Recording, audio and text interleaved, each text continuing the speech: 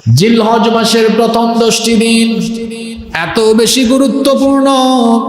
জিলহজ মাসের প্রথম 10টি দিন এত বেশি বরকতময়, এত বেশি ফজিলতপূর্ণ। রব্বুল আলামিন কোরআনুল কারীমে এই 10 দিনের ব্যাপারে কসম করে এভাবে বলেছেন, ওয়াল ফাজরি ওয়া লায়ালিন আশর ওয়াশ শাফা'i ওয়াল ওয়াতর। আল্লাহ তাআলা বলছেন কসম ফজরে, কসম 10 রাত্রি এবং কসম জোর আর বেজুরে। এখানে ওয়ালায়ালিন আশর অর্থাৎ 10 রাতের কসম করা হয়েছে। কোন 10 রাত?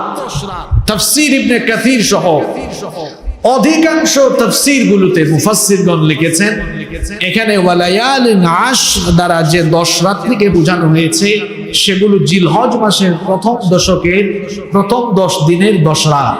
তাহলে এই 10 দিনের কসম কোরআনে কারীমে যিনি করেছেন তিনি কে?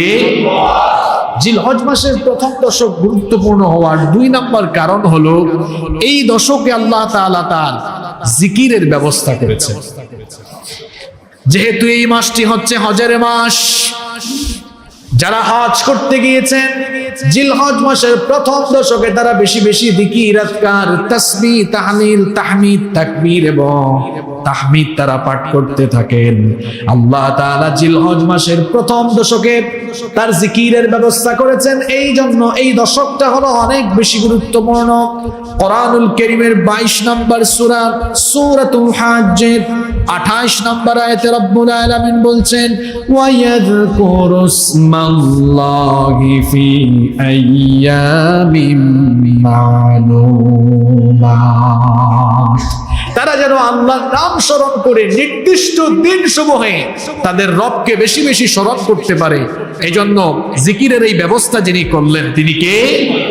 তাহলে জিলহজ মাসের প্রথম দশক দ্বিতীয় এই কারণে গুরুত্বপূর্ণ, এই দশকে আল্লাহর বেশি বেশি জিকির করার ব্যবস্থা করা হয়েছে। নাম্বার 3 নম্বর, এই দশকের ব্যাপারে স্বয়ং নবী করিম সাল্লাল্লাহু আলাইহি ওয়াসাল্লাম বলেছেন, আফদালু আইয়ামিদ দুনিয়া আইয়ামুল আশর, মানে 10 জিলহিজ্জা। নবীজি বলেছেন সারা বছরের মধ্যে জিলহজের 10 দিন হলো, প্রথম 10 দিন হলো দুনিয়ার সবচেয়ে শ্রেষ্ঠ দিন। সুবহানাল্লাহ। দুনিয়ার সবচাইতে শ্রেষ্ঠ দিন এই 10 দিনকে যিনি বলেছেন তিনি মুহাম্মাদুর রাসূলুল্লাহ সাল্লাল্লাহু আলাইহি ওয়াসাল্লাম। নাম্বার 4 নম্বর, সহিহ বুখারী এর ব্যাখ্যা গ্রন্থ ফাতহুল বারী এর রচয়িতা জগৎ বিখ্যাত আলেম আল্লামা হাফেজ ইবনে হাজার আসকালানী রাহিমাহুল্লাহ তিনি বলেছেন জিলহজ মাসের প্রথম 10টি দিনে ইসলামের সকল মৌলিক ইবাদত সমূহের মিলন ঘটেছে। কিভাবে মিলন ঘটেছে দেখেন আপনারা। নামাজ, এটি আপনি জিলহজ মাসের প্রথম 10 দিনও পড়েন, আদায় করেন, আবার বছরের অন্য সময়ও আদায় করেন। রোজা আপনি জিলহজ মাসের প্রথম 10 দিনের ঈদের দিন ছাড়া 9 দিন রাখতে পারবেন, অন্যান্য সময়েও নফল রোজা রাখতে পারবেন। যাকাত আপনি জিলহজের প্রথম 10 দিনের যে কোনো দিন দিতে পারবেন, বছরের অন্য সময়েও দিতে পারবেন। দান সদকা জিলহজের প্রথম 10 দিনে যেমন করা যায়, বছরের অন্য সময়েও করা যায়। কিন্তু আপনারা সবাই বলেন তো, হজ ইসলামের গুরুত্বপূর্ণ এই বিধান জিলহজ মাসের প্রথম 10 দিনে 8 তারিখে হজের কার্যক্রম শুরু হয়, 9 তারিখ আরাফার মাঠ থেকে আরম্ভ হয়। তো বলেন তো, হজ কি বছরের অন্য কোনো সময়ে করা যায়? হজ কি জিলহজের বাহিরে অন্য কোনো মাসে করা যায়? কুরবানি, এটা কি জিলহজ মাসের 10, 11, 12 কুরবানির এই 3 দিন 10, 11, 12 এই 3 দিন ছাড়া বছরের বাদবাকি অন্য কোনো দিনে আপনারা কুরবানি করতে পারবেন? এটা জবাই হবে, কুরবানি হবে না। আল্লামা হাফেজ ইবনে হাজার আসকালানী রাহিমাহুল্লাহ তিনি কি চমৎকার গবেষণালব্ধ কথা বলেছেন। তিনি বলেছেন জিলহজ মাসের প্রথম দশক হচ্ছে সারা বছরের মধ্যে সবচেয়ে গুরুত্বপূর্ণ একটা দশক, কারণ এই দশকে ইসলামের সকল ইবাদত এসে এক জায়গায় মিলন ঘটেছে। সুবহানাল্লাহ। এই জন্য জিলহজ মাসের প্রথম দশক আল্লাহর কাছে অনেক বেশি গুরুত্বপূর্ণ। নাম্বার 5 নাম্বার, জিলহজ মাস এর প্রথম 10 দিন এই কারণে গুরুত্বপূর্ণ কারণ বছরের শ্রেষ্ঠ দিন ইয়াউমে আরাফা, আরাফার দিবস রয়েছে জিলহজ মাসের প্রথম দশকের ভেতরে। সুবহানাল্লাহ। আরাফা দিবসের অনেক বৈশিষ্ট্য, আরাফার দিনের অনেকগুলো বৈশিষ্ট্য রয়েছে। কয়েকটা বৈশিষ্ট্য আপনাদেরকে বলি। যেমন আরাফা দিবসের একটা বৈশিষ্ট্য হলো এই দিনে রব্বুল আলামিন ইসলামের নেয়ামতকে পরিপূর্ণ করেছেন, দ্বীনকে আল্লাহ তাআলা পূর্ণাঙ্গ করে দিয়েছেন। নবী করিম সাল্লাল্লাহু আলাইহি ওয়াসাল্লামের কাছে বিদায় হজে আরাফার মাঠে এই আয়াত নাযিল করে আল্লাহ তাআলা জানিয়ে দিয়েছেন, এই দিনে আমি ইসলামকে পূর্ণাঙ্গ করে দিলাম। রব্বুল আলামিন কোরআনুল কারীমের 5 নম্বর সূরা সূরাতুল মাইদা এর 3 নম্বর আয়াতের শেষাংশে বললেন, আল ইয়াউমা আকমালতু লাকুম দীনাকুম ওয়া আতমামতু আলাইকুম নি'মাতি ওয়া রাদিতু লাকুমুল ইসলাম দীনা। আল্লাহ তাআলা বলছেন, আজকের এই দিনে আমি তোমাদের জন্য তোমাদের দ্বীনকে আমি পূর্ণাঙ্গ করে দিলাম। আজকের এই দিনে আমি তোমাদের জন্য আমার নিয়ামতকে পরিপূর্ণ করে দিলাম, এবং আজকের এই দিন অর্থাৎ আরাফার এই দিনে আমি ইসলামকে তোমাদের জন্য পছন্দ এবং মনোনীত করে দিলাম। তাহলে ইসলামকে একেবারে পূর্ণাঙ্গ করে দেওয়া হয়েছে যেই দিনে, সেই দিনটার নাম জোরে বলেন, সেই দিনটার নাম আরাফার দিন। আবার আরাফার দিন হচ্ছে এমন একটি দিন, এই দিনে রব্বুল আলামিন এত বেশি সংখ্যক পাপী তাপী গুনাহগারদেরকে জাহান্নামের আগুন থেকে মুক্তি দেন যা বছরের অন্য কোনো দিনে আল্লাহ দেন না। যেমন দেখুন মুসলিম শরীফের মধ্যে হাদিস বর্ণিত হয়েছে, হাদিস বর্ণনাকারী সাহাবী হচ্ছেন উম্মুল মুমিনিন আমাদের মা আয়েশা রাদিয়াল্লাহু আনহা। তিনি বলেছেন, নবীজি বলেছেন, মা মিন ইয়াউমিন আকসার মিন আন ইউতিকা ফীহি আল্লাহু আবদান মিনান নার মিন ইয়াউমি আরাফা। নবী করিম সাল্লাল্লাহু আলাইহি ওয়াসাল্লাম বলেছেন, আরাফার দিনে রব্বুল আলামিন এত সংখ্যক পাপী তাপী গুনাহগারদেরকে জাহান্নাম থেকে মুক্তি দেন, বছরের অন্য কোনো সময়ে জাহান্নাম থেকে এত মানুষকে আল্লাহ এভাবে মুক্তি দেন না। আরাফার দিনে রব্বুল আলামিন ওয়া ইন্নাহু লায়াদনু, নবীজি বলেছেন আরাফার দিনে রব্বুল আলামিন নিকটবর্তী আসমানে চলে আসেন। এরপরে রব্বুল আলামিন সুম্মা ইউবাহি বিহুমুল মালাইকা, আল্লাহ ফেরেশতাদেরকে ডেকে বান্দাদেরকে নিয়ে গর্ব করেন। আল্লাহ তাআলা বলেন, ফেরেশতারা তাকিয়ে দেয়, আমার বান্দারা আরাফার মাঠে তাদের পরনের সব কাপড় চোপড় খুলে সেলাইবিহীন সাদা ইহরাম পরে উস্কো খুস্কো চুলে ধুলোমলিন বদনে আমার দিকে তাকিয়ে আছে, আমার বান্দাদের দিকে তাকায়া দেয়। তারা শুধুমাত্র আমার রহমতের প্রত্যাশী হয়ে এখানে এসেছে। তোমরা সাক্ষী থাকো, আমার এই বান্দাদেরকে আমি সকল গুনাহ থেকে নিষ্কৃতি দিয়ে দিলাম। তাহলে এই যে আরাফার দিন, এটিও রয়েছে জিলহজ মাসের প্রথম দশকের ভেতরে। আলহামদুলিল্লাহ পড়ুন।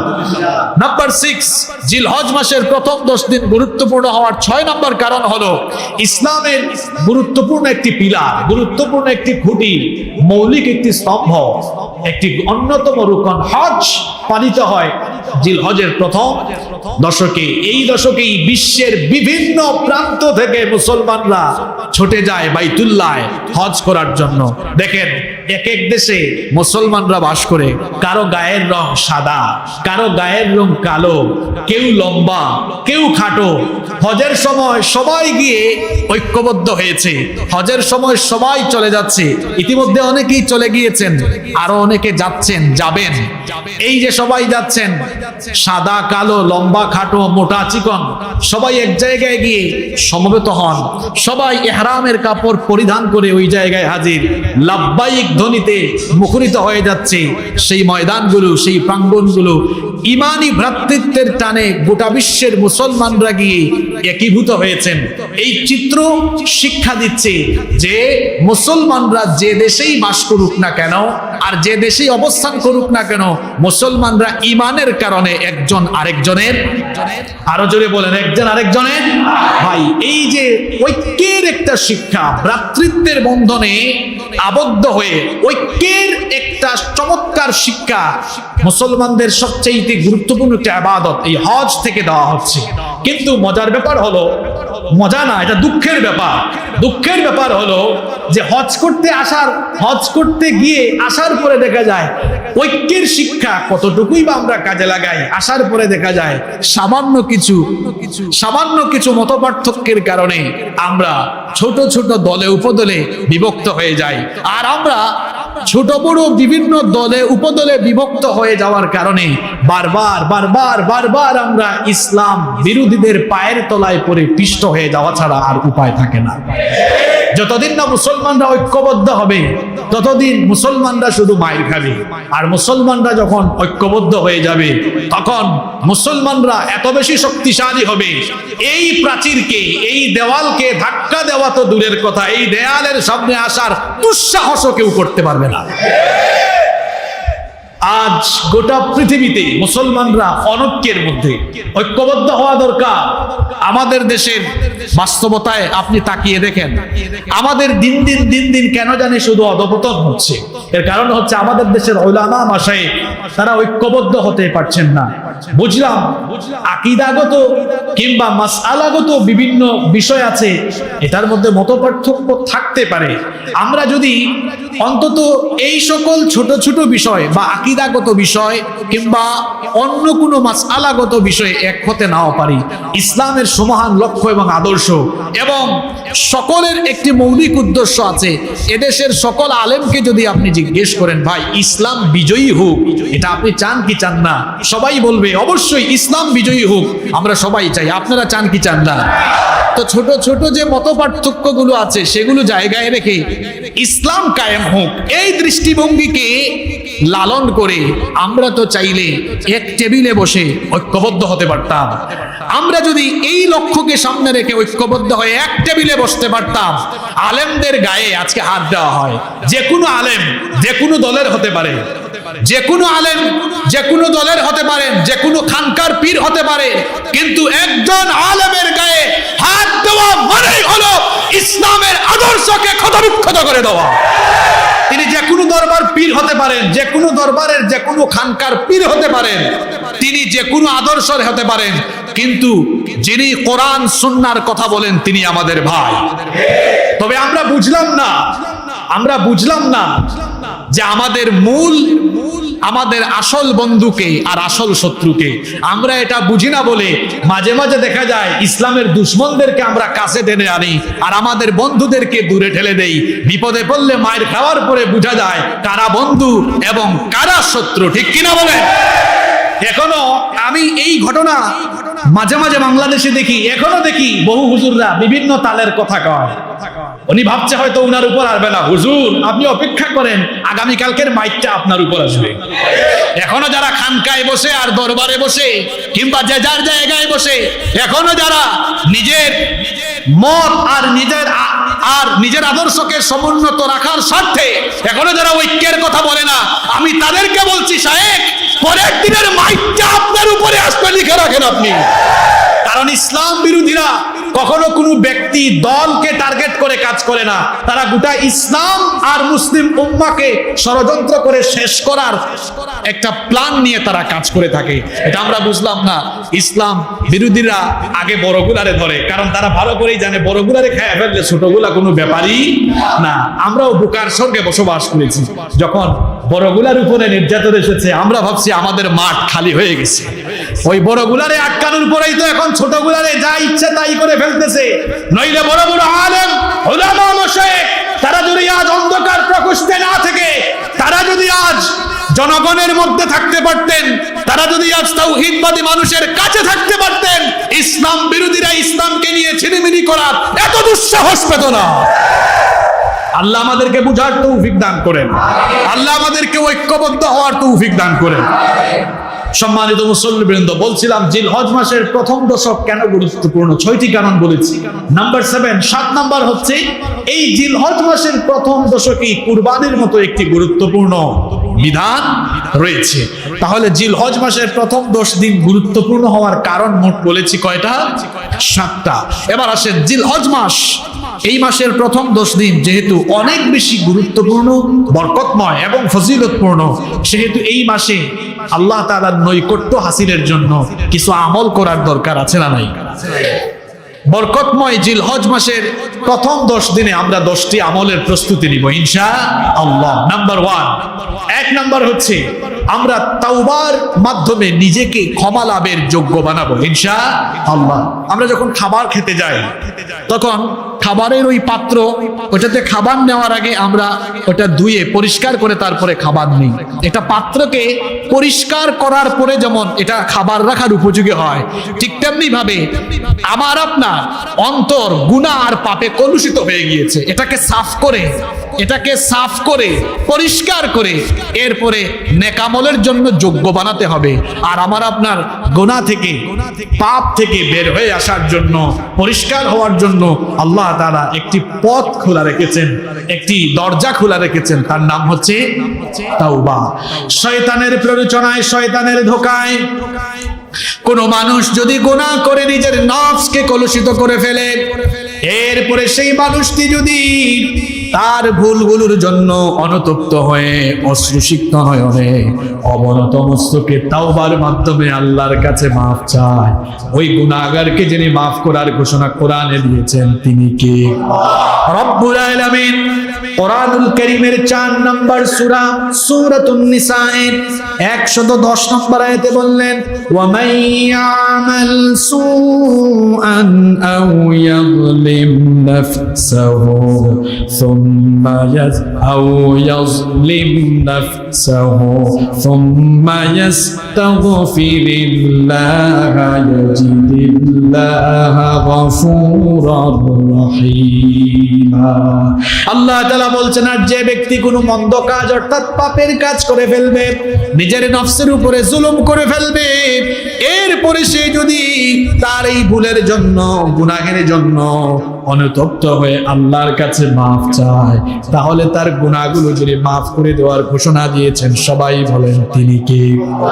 রব্বুল আলামিন কোরআনুল কারীমের 42 নম্বর সূরা সূরাতুশ শুরা এর 25 নম্বর আয়াতে আরো সুন্দর করে বললেন, ওয়া হুয়াল্লাযী ইয়াকবালুত তাওবাতা আন ইবাদিহি ওয়া ইয়াফু আনিস সাইয়্যাত ওয়া ইয়ালামু মা তাফআলুন। আল্লাহ তাআলা বলছেন তিনি হচ্ছেন সুমহান সেই সত্তা যিনি তার বান্দাদের তওবা কবুল করেন, গুনাহগুলো মাফ করে দেন। আল্লাহ তাআলার কাছে কোনো বান্দা যদি নিজের ভুলগুলো স্বীকার করে অবনত মস্তক আর অশ্রুসিক্ত নয়নে তাওবার মাধ্যমে আল্লাহর কাছে মাফ চায়, তার সবগুলো গুনাহ যিনি মাফ করে দিবেন তিনি কে? তাহলে জিলহজের প্রথম দশকে আমরা আল্লাহর ক্ষমা আর সন্তুষ্টি চাই কি চাই না? প্রথম কাজ হলো তওবা। প্রথম কাজ কি?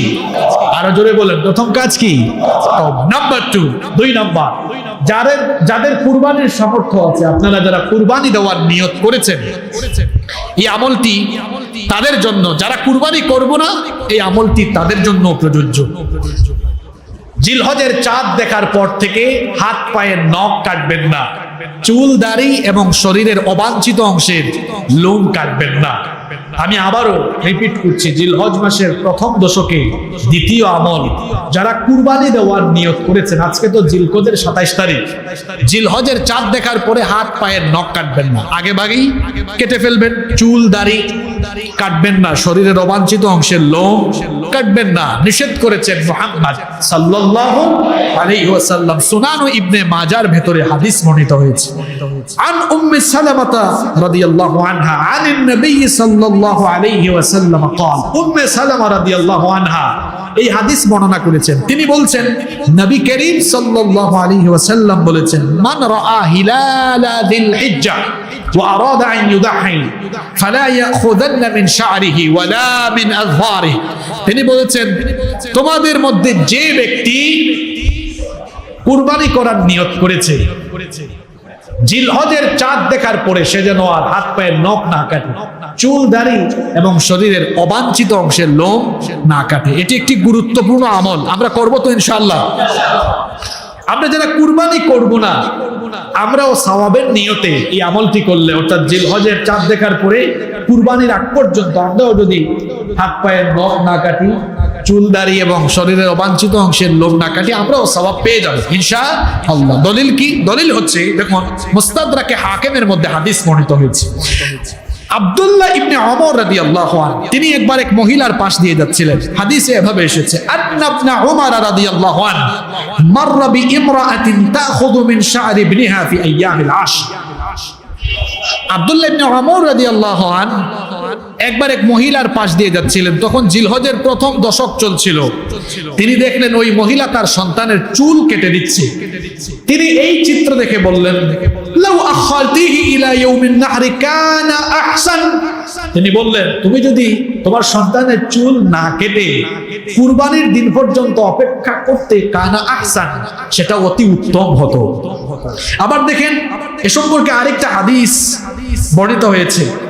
দেখেন ইবনে সিরিন রাহিমাহুল্লাহ তিনি বলছেন যে জিলহজের প্রথম দশকে চুল কাটা এটা অনেক সাহাবীরা অপছন্দ করতেন। চুল দাড়ি কাটা, শেভ করা অপছন্দ করতেন। যেহেতু অনেক সাহাবীরা এই আমলটা করেছেন, আমরাও এই আমলটা করি ইনশাআল্লাহ। নাম্বার 3 নাম্বার হচ্ছে এই দশকে নেক আমল আল্লাহর কাছে অতি পছন্দনীয়। এজন্য সকল দৈনিক এবং মৌলিক ইবাদত সমূহ পালন করার পাশাপাশি আমরা এই জিলহজের প্রথম 10 দিনে বেশি বেশি নফল ইবাদত করার প্রাণান্তকর চেষ্টা করব ইনশাআল্লাহ। তবে নফল ইবাদত করব তখন দৈনিক এবং মৌলিক ইবাদত ঠিক থাকবে যখন, এটা কবুল হবে তখন। 5 ওয়াক্তের নামাজ, অনেকে 5 ওয়াক্তের নামাজ ঠিক রাখে না, কুরবানি কিন্তু ঠিক জায়গায় রাখছে।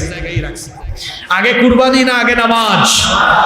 আগে কুরবানি না আগে নামাজ?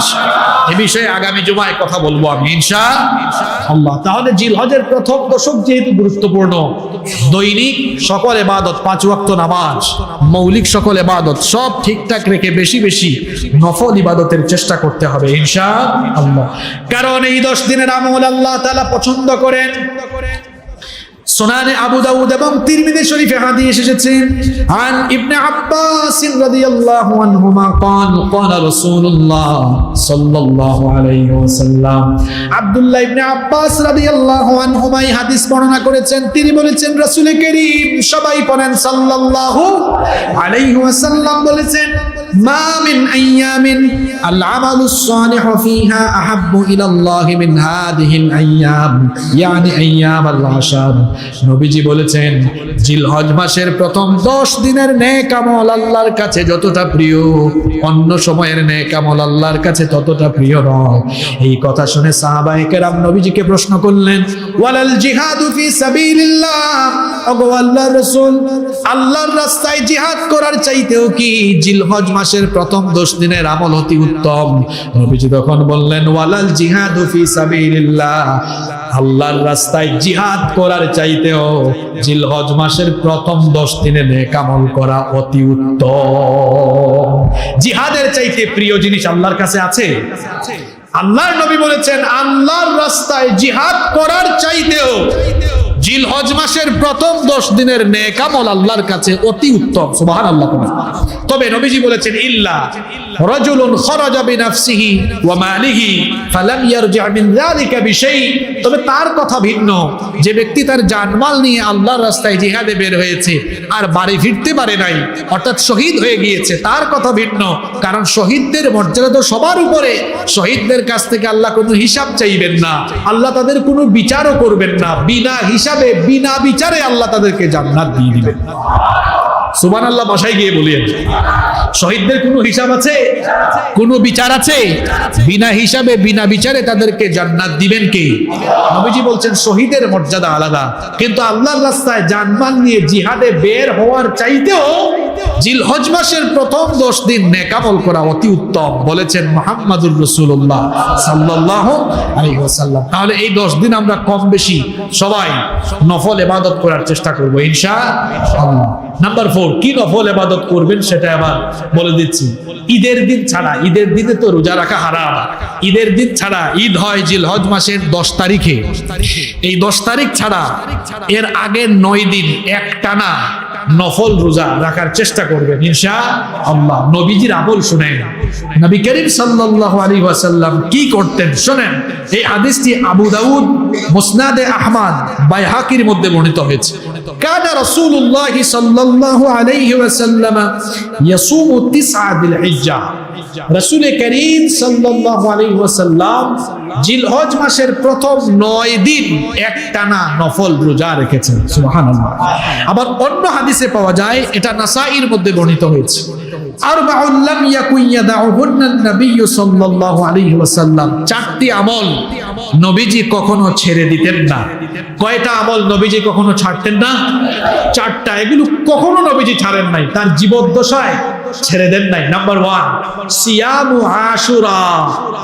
আশুরার রোজা নবীজি ছেড়ে দিতেন না। আমার দেশে আশুরা আসলে এক পার্টি আছে, কিছু লোকজন আছে, কি এর রোজা রাখবে, তারা শুধু হাই হাসান হাই হুসেন করে, আর আরেক পার্টি চিন্তা করে হালুয়া রুটি খাবে। অথচ এই আমলটা নবীজি কখনো ছাড়তেন। আমল কি? আশুরার দিনে কি রাখতেন? কি রাখতেন? নাম্বার 2 নাম্বার হচ্ছে ওয়াল আশর, সিয়ামুল আশর, অর্থাৎ জিলহজ মাসের প্রথম 10 দিনের রোজা নবীজি কখনো ছাড়তেন না। নাম্বার 3 ওয়া সালাসাতা আইয়ামিন মিন কুল্লি শাহর, প্রত্যেক মাসের 3 দিনের রোজা, অর্থাৎ 13, 14, 15 আইয়ামুল বিদ, মাসের 3 দিনের এই রোজা নবীজি কখনো ছাড়তেন না। নাম্বার 4 নাম্বার আমল হচ্ছে ওয়ার রাকাতাইনি ক্বাবলাল গাদা, ফজরের ফরজ নামাজের আগের 2 রাকাত সুন্নাত, এই আমলটাও নবীজি কখনো ছাড়তেন না। এই 4টি আমলের মধ্যে একটা আমল হচ্ছে জিলহজের প্রথম দশকের নফল রোজা নবীজি ছাড়তেন না।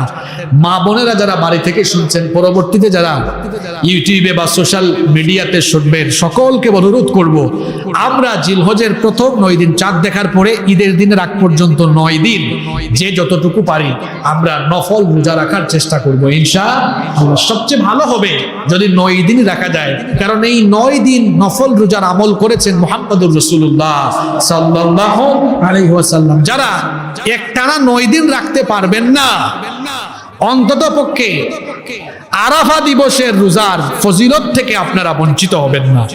আরাফা দিবসের রোজা আমরা কোনোভাবেই ছাড়বো না। আরাফার দিবসের রহমত বরকত লাভের জন্য আরাফার দিবসের রোজা আমরা অবশ্যই রাখবো ইনশাআল্লাহ। কারণ শুনেন সবাই মনোযোগ দিয়ে, আরাফা দিবসের রোজার ফজিলত বর্ণনা করেছেন মুহাম্মদুর রাসূলুল্লাহ সাল্লাল্লাহু আলাইহি ওয়াসাল্লাম। নবীজি বলেছেন, সিয়ামু ইয়াউমি আরাফাতা আহতাসিবু আলাল্লাহি আন ইউকাফফিরাস সানাতাল্লাতী ক্বাবলা ওয়াস সানাতাল্লাতী বা'দা। নবীজি বলেছেন, আরাফা দিবসের রোজার ব্যাপারে আমি আশা রাখি, এই রোজা রাখার মাধ্যমে আল্লাহ তাআলা পূর্ববর্তী বছর এবং পরবর্তী বছর, অর্থাৎ আগের বছর এবং পরের বছর, 2 বছরের গুনাহ আল্লাহ মাফ করে দিবে। একটা রোজার কারণে কয় বছরের গুনাহ মাফ? আরো জোরে বলেন, কয় বছর? কোন গুনাহ? মুহাদ্দিসিনে কেরাম এটা বলেছেন। কোন হাদিস বিশারদ বলেছেন এর দ্বারা সগীরা গুনাহ উদ্দেশ্য। আবার কিছু হাদিস বিশারদ তারা বলেছেন, কেউ যদি তওবা করে আল্লাহর দ্বীনের পথে ফিরে আসার খালেস ভাবেই আরাফা দিবসের রোজা রাখে, শুধু সগীরা নয়, আল্লাহ তার কবিরা গুনাহ মাফ করে দিবেন। তাহলে আরাফা দিবসের রোজা আমরা রাখবো তো ইনশাআল্লাহ। মা বোনদেরকেও বলছি, মা বোনরাও আরাফা দিবসের এই রোজা আপনারা ছেড়ে দিবেন না, এই রোজাটি রাখবেন ইনশাআল্লাহ। যুবকদেরকে বলছি, যুবকরাও রোজা রাখবেন। যুবকদের যৌবন বয়সে বেশি রোজা রাখা দরকার, কারণ রোজা রাখলে যৌবনের হেফাজত করে দেন কে? আল্লাহ। যুবকরাও রোজা রাখার চেষ্টা করবেন, ছাত্র ভাইয়েরাও রোজা রাখার চেষ্টা করবেন। এখানে একটি প্রশ্ন এসে যায়, সেটি হচ্ছে সৌদি আরবে হাজী সাহেবরা আরাফার মাঠে যেদিন উপস্থিত হন, ওই দিন হচ্ছে তাদের দেশে 9 তারিখ। তাদের দেশে কয় তারিখ? 9 তারিখ। আমাদের দেশে ওই দিন হয় 8 তারিখ। এখন আমরা কি আমাদের দেশের 8 তারিখে রোজা রাখবো নাকি 9 তারিখে রোজা রাখবো? এ ব্যাপারে ফুকাহায়ে কেরাম দুটি অভিমত দিয়েছেন। প্রথম মত হলো, কিছু কিছু ফুকাহা বলেছে হাজী সাহেবরা আরাফার মাঠে যেদিন উপস্থিত হবে ওই দিন যে দেশে যত তারিখই হোক, তারিখ কোনো ফ্যাক্টর না। আরাফার মাঠে হাজী সাহেবরা উপস্থিত হবে যেই দিন, আপনার দেশে ওই দিন যত তারিখ হোক, আপনি ওই দিনই রোজা রাখবেন। দলিল হিসেবে তারা বলেছেন, হাদিসে তারিখ বলা হয়নি, হাদিসে বলা হয়েছে সিয়ামু ইয়াউমি আরাফা, আরাফার দিনের কথা বলা হয়েছে। আর আরাফার দিন হাজী সাহেবরা উপস্থিত যখন হবেন, ওটা সেই আরাফার মাঠে উপস্থিত হওয়ার সাথে সম্পর্কিত। আর আরেক দল উলামা বলেছেন যে না, হাজী সাহেবরা তো 9 তারিখেই উপস্থিত হয়, সুতরাং যার দেশে যখন 9 তারিখ সে ওই তারিখেই রোজা রাখবে। তাহলে দুইটা মত চলে এসেছে। আমরা করবোটা কি? আমরা মধ্যমপন্থী, আমরা বাড়াবাড়িতেও নাই, ছাড়াছাড়িতেও নাই। একটু আগেই বলেছি জিলহজ মাসের প্রথম 9 দিন নফল রোজা রাখার ব্যাপারে হাদিস আছে না নাই? নবীজি এমনিই রাখতেন। তো আপনি আরাফা দিবসের ফজিলত লাভের জন্য দুই মতকে এক জায়গায় করে আপনি যদি 8 তারিখেও রোজা রাখেন, 9 তারিখেও রোজা রাখেন, দুই মতকেই শ্রদ্ধা করা হয়ে যায়। অন্যদিকে আরাফা দিবসের রোজার ফজিলত থেকে বঞ্চিত হওয়ার আর কোনো সুযোগ থাকে না। তাহলে আমরা 8 তারিখেও রোজা রাখবো, 9 তারিখেও রোজা রাখবো ইনশাআল্লাহ। আমি আবারও বলছি, আরাফা দিবসের রোজা আমরা কেউ ছেড়ে দিয়ে আরাফার দিবসের এই রোজা থেকে, এই কল্যাণ থেকে, রহমত থেকে আমরা বঞ্চিত হব না। আল্লাহ আমাদেরকে তৌফিক দান করুন। কয়টা আমল বললাম? মোট 4টা। 1 নাম্বার বলেছি তওবা, তওবা করে নিজেকে ক্ষমা লাভের যোগ্য বানাতে হবে। 2 নাম্বার বলেছি এই দশকে বেশি বেশি নেক আমল করতে হবে। এরপরে 2 নাম্বার বলেছি হাত পায়ের নখ না কাটা, চুল দাড়ি, শরীরের অবাঞ্ছিত অংশের লোম কর্তন না করা। 3 নাম্বার বেশি বেশি নফল ইবাদত করা। 4 নাম্বার বেশি বেশি নফল রোজা রাখা, বিশেষ করে আরাফা দিবসের রোজা রাখা। নাম্বার 5 নাম্বার হচ্ছে বেশি বেশি এই দশকে আল্লাহর জিকির করা। কারণ আল্লাহ বলেছেন ওয়ায়াযকুরু ইসমাল্লাহি ফি আইয়ামিন মা'লুমাত, এই দশকে তিনি তার জিকিরের ব্যবস্থা করেছেন। হাজী সাহেবরা তো তালবিয়া, জিকির, আজকার, তাকবীর তারা পাঠ করছেন। আমরা তো যেতে পারলাম না। আমরা যারা যেতে পারবো না, যেতে পারি নাই, তারা ঘরে বাহিরে বাজারে ঘাটে সব জায়গায় আমরাও জিকির, আজকার, তাসবিহ, তাহলিলের মাধ্যমে প্রথম দশক কাটাবো ইনশাআল্লাহ। বেশি বেশি জিকির করবেন। বেশি বেশি জিকির করলে আল্লাহ তাআলা আপনাকে তার প্রিয় বান্দা বানিয়ে দিবেন। সর্বশ্রেষ্ঠ জিকির হলো লা ইলাহা ইল্লাল্লাহ ওয়াহদাহু লা শারীকা লাহ লাহুল মুলকু ওয়া লাহুল হামদু ওয়া হুয়া আলা কুল্লি শাইইন কাদির। এই জিকিরটা করবেন। আবার 4টি বাক্য আল্লাহর কাছে খুব পছন্দের। জোরে বলেন কয়টা? এই 4টি বাক্য আল্লাহর কাছে খুব পছন্দের। 1 নাম্বার হচ্ছে সুবহানাল্লাহ, 2 নাম্বার হচ্ছে আলহামদুলিল্লাহ, 3 নাম্বার হচ্ছে লা ইলাহা ইল্লাল্লাহ, 4 নাম্বার হচ্ছে আল্লাহু আকবার। এই 4টি বাক্য আল্লাহ পছন্দ করেন, এই জন্য এই 4টা বাক্যের জিকির করবেন। এই দশকে বেশি বেশি জিকির করবেন। আর যদি না পারেন অন্তত সুবহানাল্লাহ বলেন। আরো 2টা বাক্য আপনাদেরকে শিখাই। নবীজি বলেছেন কালিমাতানি হাবিবাতানি ইলার রহমান খাফিফাতানি আলাল লিসান খাফিফাতানি আলাল লিসান সাকিলাতানি ফিল মিজান। নবীজি বলেছেন 2টা বাক্য রহমানের কাছে বড় পছন্দের, 2টা বাক্য আল্লাহ বড় পছন্দ করেন। এই 2টা বাক্য উচ্চারণ করা সহজ এবং এই 2টা বাক্যের মর্যাদা এত বেশি। এই 2টা বাক্যকে যদি মিজানের পাল্লায় রেখে দেওয়া হয়, এই 2টা বাক্য মিজানের পাল্লাকে ভারী করে দিবে। এই 2টা বাক্য হলো সহজ, এগুলো আপনারা জানেন। সুবহানাল্লাহি ওয়া বিহামদিহি সুবহানাল্লাহিল আযীম। পড়েন আমার সঙ্গে সুবহানাল্লাহি ওয়া বিহামদিহি ওয়া সুবহানাল্লাহিল আযীম। সুবহানাল্লাহ, আলহামদুলিল্লাহ, লা ইলাহা ইল্লাল্লাহ, আল্লাহু আকবার। অথবা সুবহানাল্লাহি ওয়া বিহামদিহি সুবহানাল্লাহিল আযীম।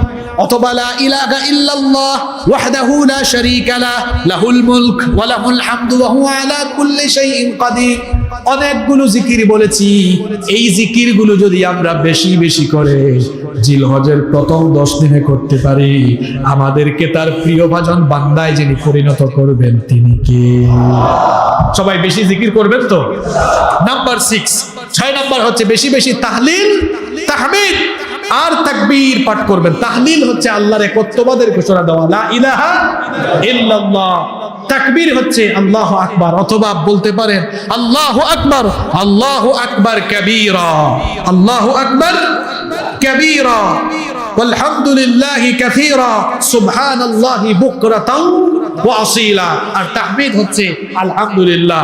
তাহলে তাহলিল আমি যদি সংক্ষেপে বলি, তাহলিল হচ্ছে লা ইলাহা ইল্লাল্লাহ, তাকবীর হচ্ছে আল্লাহু আকবার, তাকবীর হচ্ছে আল্লাহু আকবার, আর তাহমিদ হচ্ছে আলহামদুলিল্লাহ। এই তিনটা এক করে দেন, দেখবেন সুন্দর একটা জুমলা হয়ে যাচ্ছে, লা ইলাহা ইল্লাল্লাহু আল্লাহু আকবার ওয়ালিল্লাহিল হামদ।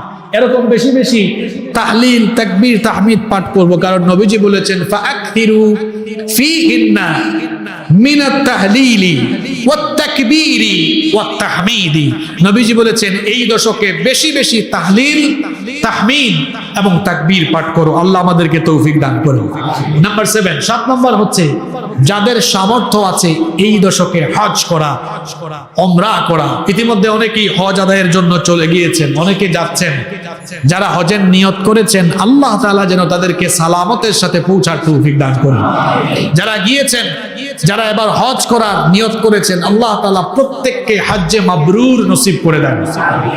আমরা যারা যেতে পারি নাই, আমরা ফরিয়াদ করছি, রব আমাদেরকে মৌতের আগে হজ সবাইকে নসিব করে দিও। হজ করা আগে কিছুটা সহজ হলেও এখন দায়িত্বশীলরা এটাকে কঠিন বানায় ফেলেছে। হজ করতে এখন প্রায় 7 লক্ষ টাকার মতো চিন্তা করেছেন। আমাদের পার্শ্ববর্তী দেশ ভারত এত টাকা লাগে না। পাকিস্তান, ইন্দোনেশিয়া, মালয়েশিয়া, আপনারা এগুলো তথ্য নিবেন। এখন তো ইনফরমেশন পাওয়া সহজ, অনলাইনের মাধ্যমে সকল তথ্য নিতে পারবেন। বিভিন্ন দেশে হজের যে খরচ, আমাদের দেশে এর প্রায় দ্বিগুণ বেশি খরচ। হজের মতো একটি গুরুত্বপূর্ণ ইবাদত নিয়ে যারা এই কাজটি করলো এবং মানুষের জন্য হজে যাওয়াকে কঠিন বানালো, আর ভর্তুকি কিংবা ঘাটতি পূরণের জন্য যারা হজকেই বেছে নিল, আল্লাহ যেন আল্লাহর যা ইচ্ছা তাদের ব্যাপারে তাই ফয়সালা করেন। গত বছরও কিংবা গত 2-3 বছরও মধ্যবিত্ত শ্রেণীর মানুষরা হজে যাওয়ার স্বপ্ন দেখত। মানুষ হজে যাওয়ার জন্য কিন্তু খুব কষ্ট করে টাকা জমায়। হারাম খুঁটদের তো তাদের কাছে 7 লাখ 8 লাখ টাকা ব্যাপারই না। হারাম খুঁটদের কাছে 7 লাখ 8 লাখ ব্যাপারই না। কিংবা ভিআইপি ভাবে বিজনেস ক্লাসে করে যাচ্ছে, 8 লাখ 10 লাখও খরচ করছে ভালো ভালো হোটেলে অবস্থান করে। ওর কাছে তো ওই টাকা ব্যাপার না, কারণ এগুলো সুদের টাকা, ঘুষের টাকা, দুর্নীতির টাকা, এগুলো মানুষের সাথে প্রতারণা করে ইনকাম করা পয়সা। কিন্তু আমরা যারা মধ্যবিত্ত মানুষ, যারা মাথার ঘাম পায়ে ফেলে টাকা পয়সা ইনকাম করি, শরীরের ঘাম জড়াইয়া পয়সা ইনকাম করি, তাদের কাছে কিন্তু 7 লাখ টাকা এটা স্বপ্নের মতো। ঠিক কিনা বলেন?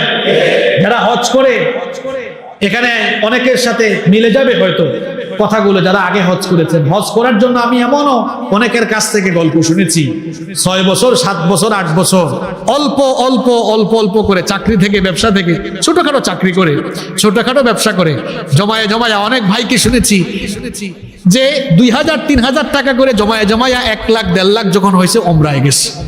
আবার হজে গিয়েছে, অল্প অল্প করে টাকা জমাইছে, 6 বছর 7 বছর 8 বছর জমায়ে গিয়েছে। আর এখন তো বউ নিয়ে হজ করা, এটা হাজবেন্ডের জন্য আরো টাফ। একা গেলে তো 7 লাখ, ডবল গেলে কত? আগে অনেকে স্বপ্ন দেখছে আমি আমার মাকে হজ করাবো। এখন মহিলা তো হজে যেতে হলে মাহরাম লাগে, মাহরাম লাগে। তো এখন মাকে নিয়ে হজে গেলে, এখন মা সহ ছেলে বা অন্য কেউ মাহরাম গেলে, 2 জন গেলে তো ডবল খরচ। আর যদি মাকে নিয়ে যান, ওইদিকে বউ যদি একটু বেঁকে বসে, তো বউ যদি অ্যাটাচ হয়, 3 জন হইলে চিন্তা করছেন কত?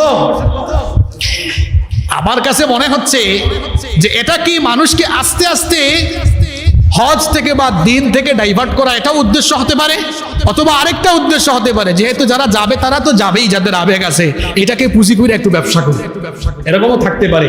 নইলে অন্যান্য দেশে কিন্তু এত খরচ বাড়ে নাই, সেখানে খরচ বাড়াইতে পারে, অল্প বাড়ানো হোক। এজন্য আমরা বলবো, গভর্নমেন্টকে বলবো, সরকারকে বলবো, হজ আমাদের আবেগের জায়গা। এই হজের খরচকে কমানোর জন্য কার্যকরী ভূমিকা, কার্যকরী পদক্ষেপ সরকারের ধর্ম মন্ত্রণালয় যেন গ্রহণ করে, আমরা এর জোর দাবি জানাচ্ছি। কারণ হজ অনেক মুসলমানদের স্বপ্ন। আমরা যদি প্রশ্ন করি বাইতুল্লাহ কারা কারা যেতে চাই, এটা বলতে দেরি হয়, হাত উঠতে মানুষের দেরি হয় না, কারণ ওইটা আমাদের আবেগের জায়গা, ঠিক কিনা বলেন? মসজিদে হারামের ঠিক সেন্টারে অবস্থিত কালো কাপড়, কালো গিলাফ দিয়ে মোড়ানো ওই জায়গাটি আমাদের আবেগের জায়গা, ওই জায়গাটি আমাদের প্রাণের জায়গা, ওখানে সবাই ছুটে যেতে চায়। আর আমাদের প্রিয় নবী, আমাদের স্পন্দন যিনি মুহাম্মাদুর রাসূলুল্লাহ সাল্লাল্লাহু আলাইহি ওয়াসাল্লামের রওজা শরীফে গিয়ে তাকে সালাম দেওয়া, তার রওজা শরীফের কাছাকাছি যাওয়া, এটা তো মানুষের জীবনের স্বপ্ন, এটা প্রত্যেকটি মুসলমানদের জীবনের স্বপ্ন। এই স্বপ্নটা যেন মানুষের ধ্বংস হয়ে না যায়। দায়িত্বশীল মহলকে বলবো, হজের খরচ কমান, যাতে করে মুসলমানরা হজে যাওয়ার জন্য স্বপ্ন অন্তত দেখতে পারে। তো যাদের সামর্থ্য আছে তারা হজ করতে যাবেন এই দশকে। আর হজ তো একটি গুরুত্বপূর্ণ ইবাদত। নবীজি বলেছেন, আল হাজ্জুল মাবরুরু লাইসা লাহু জাযাউন ইল্লাল জান্নাহ।